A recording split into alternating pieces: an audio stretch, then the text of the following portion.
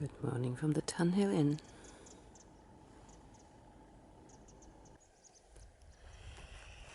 It's 20 to 8 and we're off into the misty moors to get our feet wet, probably. Ready to get your feet wet? Yeah, I'm ready to get rid of these midges. Okay. Yeah, that's one right by your eye. Gone. First obstacle of the day. We just had to step over from there to here. Not great. Clearly erosion got the better of that bit of the trail. It's the problem when you're going through moors, these little turf banks can collapse quite happily and quite easily. Yeah, looking good today. The James Bond look today. Pray tell me, what is James Bond about your look? We're staring,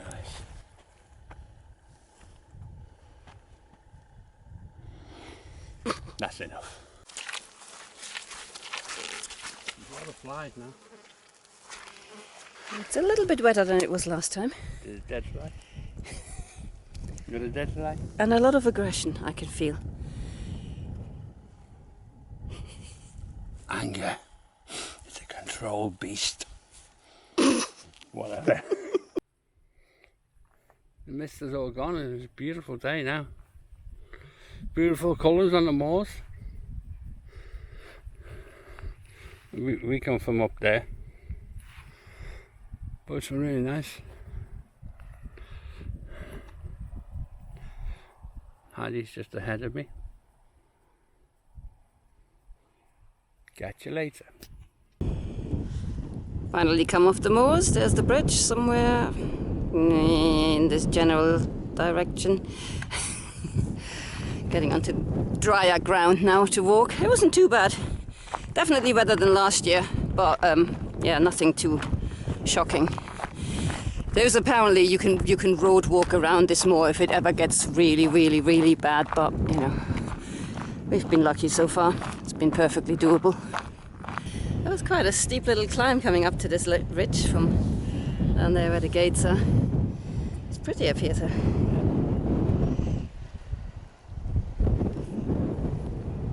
On to the moors, one of many. God's Bridge. There is even less water here now than last time. This is soon becoming God's slab in the middle of the road. But at least there's some water, so we shall have breakfast here and filter some. Except for Brian, who's deciding to go a different way. Just heading for the tunnel under there.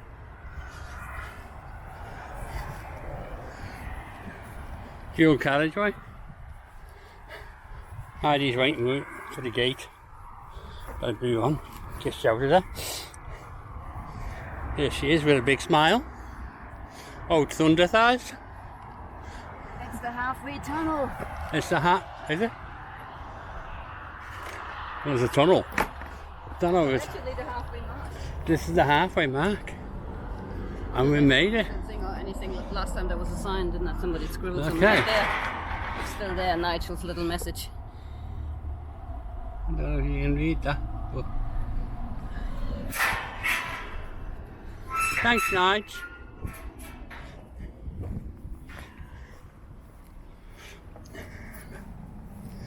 There we go.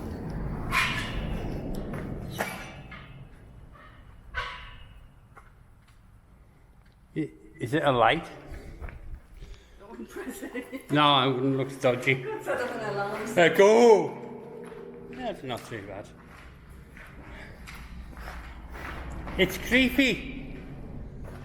What? It's creepy. Yeah.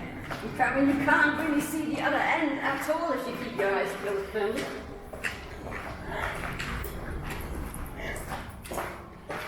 There we are.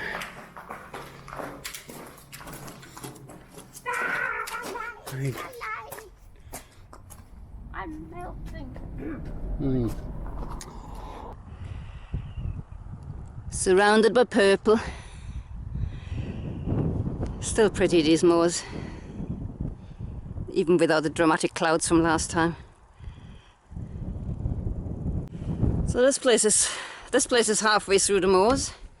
There's just a load of chairs in here. We've just gone in there for a moment. It's very warm, very, very warm in there. And there's tables and benches in this part, isn't there? Yeah. That's really neat. Oh yeah. Oh, really? Look at that. Wow, that's a lot. Oh, it's so much warmer in here than outside. Yeah. Wow. This great little shelter, if you ever need one. Very neat and tidy, so obviously keep it that way, please. Lovely. But we are not in need of a bench or a table. We're in need of more. More.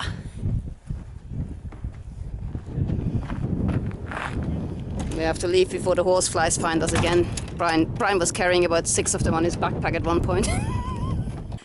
Finally, we met some other Pennine Way hikers who are roughly the same speed as us. And I've speeded up now. That's not fair. Blackton Reservoir, looking a lot drier again this year. There really isn't a lot of water about. Which is ironic, seeing that we had to bail out because of too much water. Water underground is fine, water coming from the sky not so much.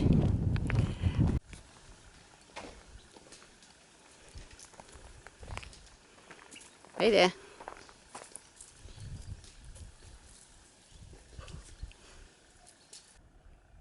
Yep, the tuck stop still exists. They've made it really, really nice now, with proper seating and everything. This is lovely. So much appreciated. I mean, we've literally only just had lunch, but yeah, we needed a cold drink or two. Yeah. In some people's case. I'm a diabetic. I need the sugar. Yeah, no, it's gone brutally hot, and all the nice breeze we had earlier is gone. So we're sitting down. Whoop, just 5 minutes later again. And you can fill up water bottles from there. And our last 2 miles to Middleton. Up in the hill. Not quite at the top of the hill yet, but isn't that gorgeous up here? Just rolling green hills as far as the eye can see. And the occasional cow. And the occasional sheep. And the occasional scouser. But other than that, rolling green hills. There's Middleton and Teesdale. And we should be heading hopefully somewhere towards these tree bits there, where there's a campsite. Sleeping with the sheep again. The sheep have asked that you not do that again. Okay. It's not legal then. There's a big caravan and campsite down there, so we're hoping they have room. It's a Monday. We should be in with a shot. We haven't obviously booked or anything. If not, there's a bench up there. We can sleep on the bench. Oh.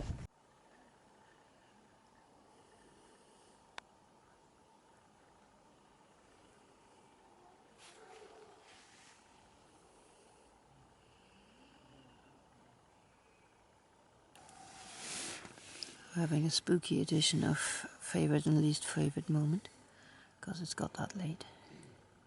So what was your least favourite moment today? Or least favourite bit? Coming down the last part, my legs were naked. Oh, into Middleton? Yeah. Okay. All right. And your favourite bit today? So it was a really good day walking. I'd say the tuck shop. Because you got there just before that was really hot, and you got some sodas. Yeah, it was really hot when we reached there. That was nice. That's true. It was a really good day though. Yeah. My favourite bit. It's hard to say. As you said, it was a really enjoyable day's hiking. So it was just. I can't see a bloody thing there. Coming up. Is it on? Yeah, but it's pitch black.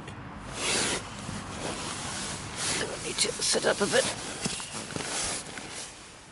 Is that better? Can you see a silhouette at least? I can see a dark shadow. Hello, Doc. It's the dark shadow speaking to you. Okay, my favorite bit today. Probably the hills above Middleton. So before the bit that Brian is like going down. Once you're up there, it's such nice views in all directions. It's just really pleasant. And for about sort of, I don't know, half a mile or so, it's just extremely pleasant walking. My least favorite bit, definitely the styles. Today's were horrendous. I mean, some of the worst designed ones for short people with big backpacks, especially coming up towards the reservoir. I mean, Brian kept going first, and all I could hear him say was like, "Oh, you're not going to like this." And then he would cross over and go and look at the way down and go, "Oh, you're definitely not going to like this." He was right. I mean, it's just, the steps are so high and so awkward. You kind of have to step massively high up when you're a short person, pull yourself up. And once you're at the top, the step down is then in the wrong place, so you kind of got a pirouette at the top and trying, yeah, the styles. Least favorite bit of today. Day 8. We set off nice and early at Tunhill Inn into the notorious boggy bog, which, yeah, it was boggier than last time, but still I wouldn't call it that bad. Not for us. But this is you know, we refer to that you can do a parallel sort of walk on the road. So this is that road you would be going on, and then down a sort of a dirt track to regain it. If you ever there in really horrible weather, you can bypass the moor, but we've never found it that bad yet. Fingers crossed. And we made really good progress that day, actually. It was that's a really straightforward day. Once you're through that moor, you're just along farm tracks, up a little hill, through a moor.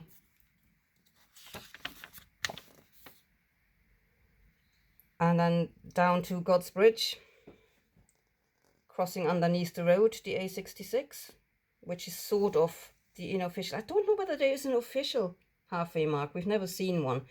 But this is where Nigel, whoever Nigel is, left his little message saying, yeah, congratulations, you're halfway there. So we declare this the halfway mark. And then you're off into another set of moors, which again was gorgeous again this time around. I love this moor. And again, as is always the case with moors, don't know how I would feel about it if it was rainy, boggy, foggy, I don't know. But we've been very lucky with our long moor stretches. Yeah, this is where the Pennine Way South book ends, and the Pennine Way North book starts, is right here in that moor. And I think I said it last time, and I don't know why they've done it, but for some reason, once you're in the North book, you have to read the maps backwards. So this is actually the end of the book, and you're moving in that direction. I really don't know why they've chosen to do that. Maybe to give southbounders and northbounders an equal amount of awkwardness, but yeah, it's weird.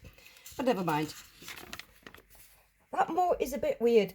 Towards the end, I mean, this is twice now we've done that, and we never ever, I mean, you sort of head down, and this seems to be a relatively clear path most of the time, and then, you know, you drop down to the dirt road, and we never hit the point at which you're supposed to hit that road. We come out somewhere here. On both occasions we came out the same place, and then you walk up the dirt road and you see the sign that should be the Pennine Way. I have no idea at what point that path diverts or why, but yeah, it's not a problem. We had our break again at Blackton Reservoir. Pretty much a carbon copy of last time, except the weather was much nicer as we made our way out and up the hills again to Grasholm Reservoir. I'm losing my finger again. Grasholm Reservoir there. Where we had another little break before setting off into the last of the fields and up With's Hill. I have no idea how to pronounce that, but this is where the tuck shop is, and this lovely area they've now created. And then you're up on the ridge, which is just beautiful. It's a really pleasant last sort of stretch into Middleton on Teesdale. That ridge walk is fantastic with views in all directions, and the drop down isn't too painful. A lot of the drop downs can be, but this one's perfectly good one. And we got to there, Daleview Caravan and Campsite, which was open, which has a laundry. Really, really good point. I mean, it's ideal because it's the halfway point through the hike and you've got a laundry. I mean, what more can you ask for? Nice little campsite. The only thing is that, as we've mentioned in the video, the field for tent campers is quite small. So I can see that filling up. I was going to say in the summer months. We were there in the summer months, but you know what I mean. If you catch it unlucky, I would recommend, if you were heading here, to probably phone ahead and make sure they have got space. But also, we met a lady hiking the other way, and she'd warned us that that is really Mitch infested, and she was so right. It wasn't the most pleasant stay outside a tent, but once you're inside a tent, it's absolutely fine.